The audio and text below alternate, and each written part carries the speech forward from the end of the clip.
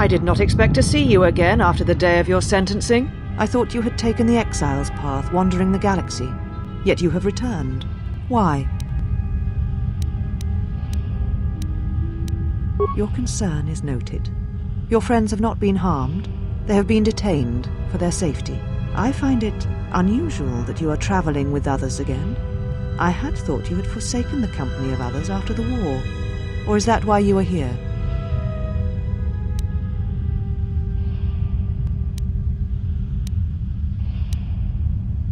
Your ship? Ah, the Ebon Hawk. It is not your ship. Unless you are admitting to the destruction of the Paragus mining facility.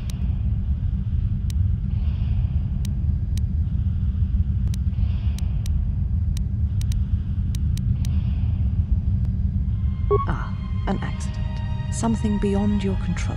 You have not changed. Acting instead of thinking, putting yourself before the galaxy, before the Jedi. Do you know what you have done?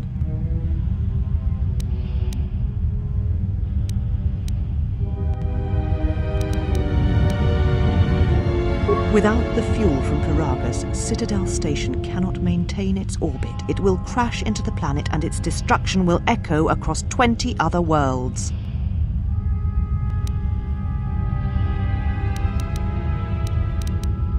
Telos was a test to see if the Republic could mount a restoration effort on the Outer Rim. When it fails, the Republic will not finance another.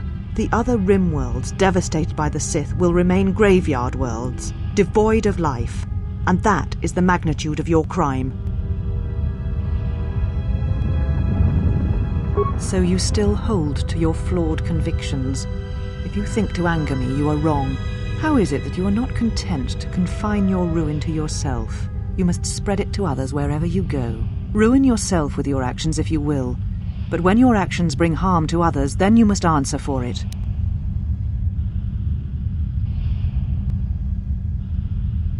The Sith? What do you mean?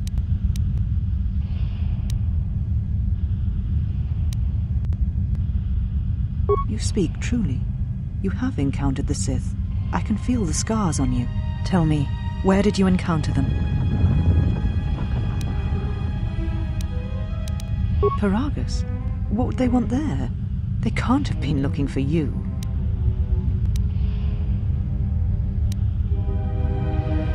You. If they thought you were Jedi, the teachings of the Sith blind them indeed. I am the last Jedi, not you. You betrayed our teachings, our beliefs, the very core of the Jedi Order. If these Sith attacked you, they will soon realize their mistake. And if you escaped, they most likely let you go to see if you would lead them here. We shall see. For now, the perspective on your situation has changed. I have your ship. I will return it to you. You must leave here before you place us in jeopardy. You offer your aid after turning your back on me, on the Council. The Jedi is not something you embrace out of fear. The commitment is stronger than that, something you never seem to understand.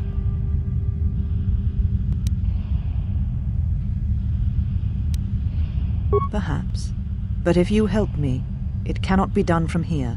There are others in the galaxy who may help us against a Sith threat. If you can find them, gain their trust, perhaps our defenses shall be stronger for it. Take your ship, seek them out. If you find them, encourage them to gather on Dantooine. From there we can call a council and see what can be done.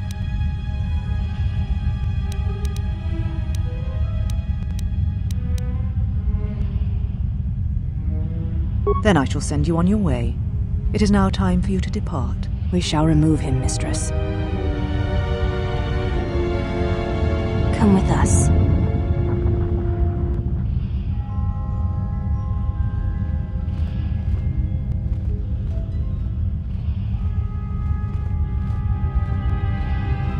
Are you all right, mistress? The exile brought up feelings best left forgotten. Forgive me, mistress, but I must ask.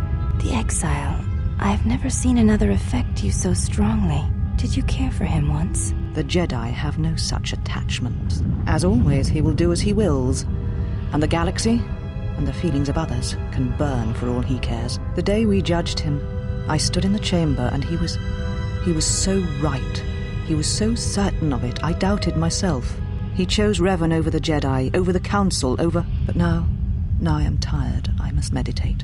Of course, Mistress.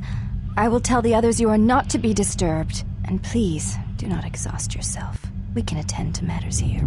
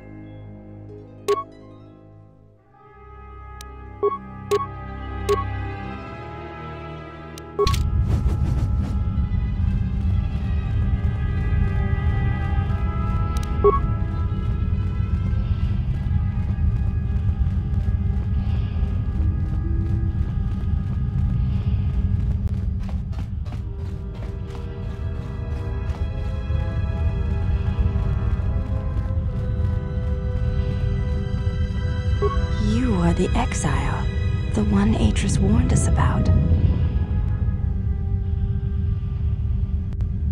She said you betrayed the Jedi by going to war when it was forbidden to you. You turned on your masters, your teachings, and yourself. That is not all she says. She says you know nothing of loyalty to any cause except your own animal instincts, and she told us why you fell to the dark side. Atris says that you fell to the dark side in the Mandalorian Wars when you gave in to your lust for battle. Once you tasted war, you could not give it up. Atris says when the Dark Lord Revan returned to the Republic, you did not march with them because you had fallen so far you could no longer feel the Force. I believe that is the extent of her expressed feelings toward you. There are variations at times, but all rise from the same foundation. Yes, it is difficult sometimes for others to truly speak their heart or listen to it. The words often prove difficult, or they do not come at all.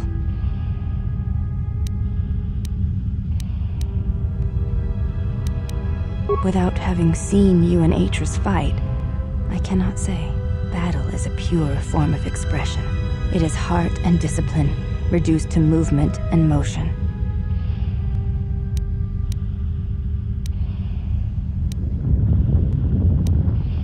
Perhaps it may prove truer than conversing with words. In battle, the words are swept away, giving way to actions. Mercy, sacrifice, anger, fear, these are pure moments of expression. You may ask.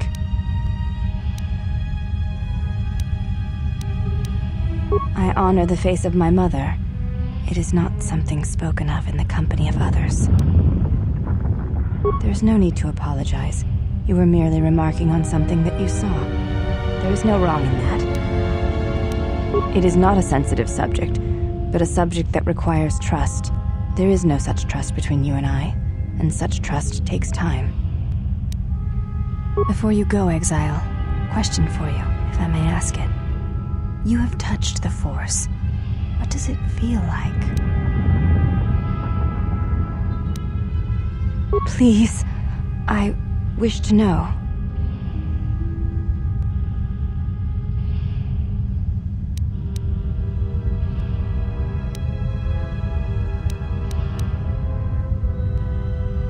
I see.